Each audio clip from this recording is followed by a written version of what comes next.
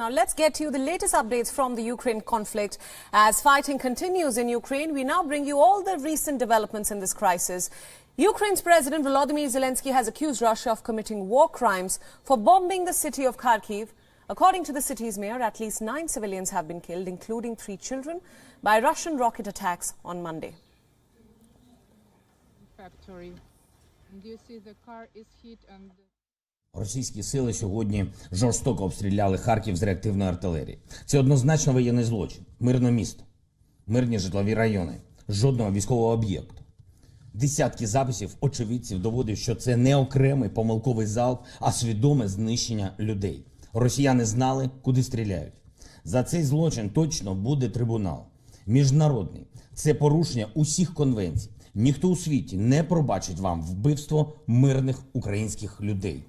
Ukraine has also demanded that the West imposes a no-fly zone for Russian missiles, planes and helicopters in response to Russian shelling of the Ukrainian city of Kharkiv. These comments come after Zelensky said that he was analyzing the results of Monday's talks between the Russian and Ukrainian delegations.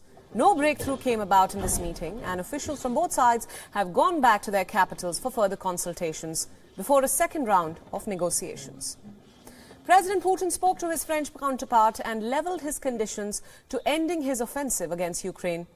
The first was the demilitarization and denazification, as he called it, of Ukraine. And the second was Western recognition of the Russian sovereignty over the Crimean Peninsula. Meanwhile, Ukraine has said that the pace of Russian aggression has slowed.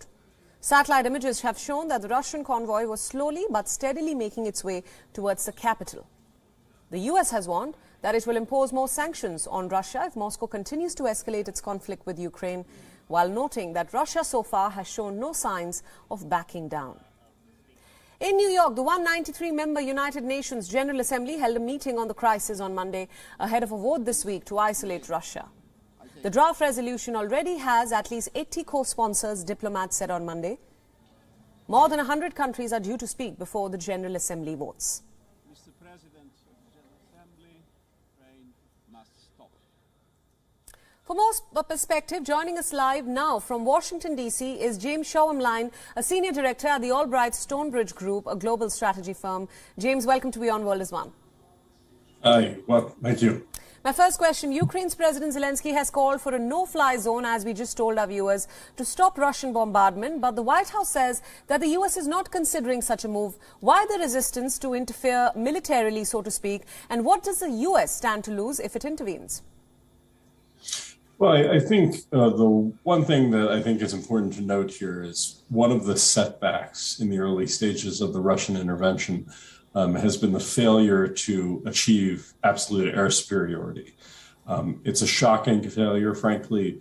It surprised the Russians and it surprised many outside experts as well, that the Ukrainian forces have succeeded in largely from a surface-to-air capability in preventing the Russian Air Force from dominating the skies.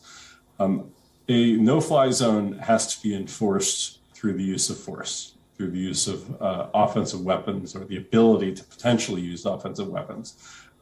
The U.S. has been very clear for years that while it stands behind its NATO members, and in fact the Biden administration has surged troops into Eastern European NATO countries, it's not going to defend Ukraine's territory. Ukraine's not a member of NATO. The treaty obligation, collective defense obligation does not apply. So the U.S. is not going to be, and NATO is not going to be enforcing a no-fly zone over Ukraine. To do so would effectively be, a direct challenge to Russia. It would involve U.S. military planes flying up against Russian planes, and that's not going to happen. Or that, unless the Russians, I suspect, take steps that none of us want to see. Right. James, what are your thoughts about the efficacy of sanctions on Russia? Will they work to isolate Russia and deter Vladimir Putin? A second part of this question, will these sanctions hurt the rest of the world? I think the question of sanctions is always a very difficult one for policymakers. Sanctions tend to have a delayed effect by their very design. Obviously, it takes time for transactions to be canceled, for banks to change rules, for the full mechanisms to block transactions to exist. One of the things we are seeing in this crisis immediately is actually a move to divestment and cut off relations with Russian firms. You saw a number of extremely high-profile Western companies getting out of, for example, Russian energy companies. You've seen banks cutting off transactions. I think it's amazing, for example, the Chelsea Football Club in the UK, where it has had a Russian owner for 20 years, and the Russian owner handed over control to the trustees of Chelsea. These are all steps that I think are immediately felt both by a Russian elite and also on the Russian economy. Right. The other element to watch is in terms of the exchange rates and in terms of inflation. When we think about inflation and commodity prices in general, of course, Russia, as we all know, is a major producer of oil and natural gas products. It's also a major producer of agricultural products. Right. What it does need is it needs a lot of other inputs. It needs a lot of other machinery parts. It needs a lot of other things that come from the outside world, and disruptions to supplies are costly over time. How do you see this conflict, rather this war progressing from this point on? Will backing Putin into a corner work as a way to stop Russian aggression? What's Putin's endgame, so to speak? So I think what's been remarkable about the last 6 days, and it is we are only 6 days into this, what's been remarkable, I think, in the first instance, is that the Russians have appeared surprised by how difficult the early stages of the conflict can be. I say early, and I'll come back to that, but this is still early stages of the conflict.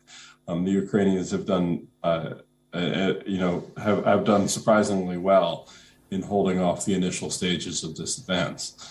In terms of what Putin's endgame is, he continues to make maximalist demands, and right. Even though on the battlefield he has committed, frankly, he's committed a lot of force, but he's not committed his full capabilities to this fight.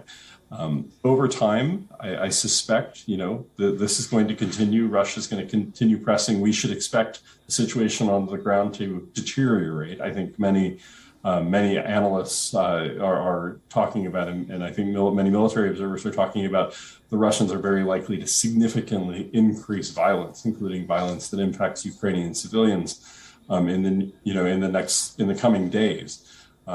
As they overcome obstacles that they've seen. And that's going to create further counter-reaction in the West. That's going to create further difficult decisions for countries who, for example, for India, which has chosen to abstain in the UN General Assembly, in the UN Security Council so far, from criticizing Russia. When the Russians continue to ratchet up violence, the world is going to have to react. And I think ultimately the question many of us have to take into account, many of our countries have to take into account, is whether we want to live in a world where borders can be redrawn just because one side wants to by the use of force. Absolutely. James, I'm afraid we're running out of time. Thank you so much for summing that up for our viewers at this hour. It's time now to wrap up this broadcast. Thanks for watching Beyond World is One with me, Priyanka Sharma. Beyond World is One is now available in your country. Download the app now and get all the news updates on the move.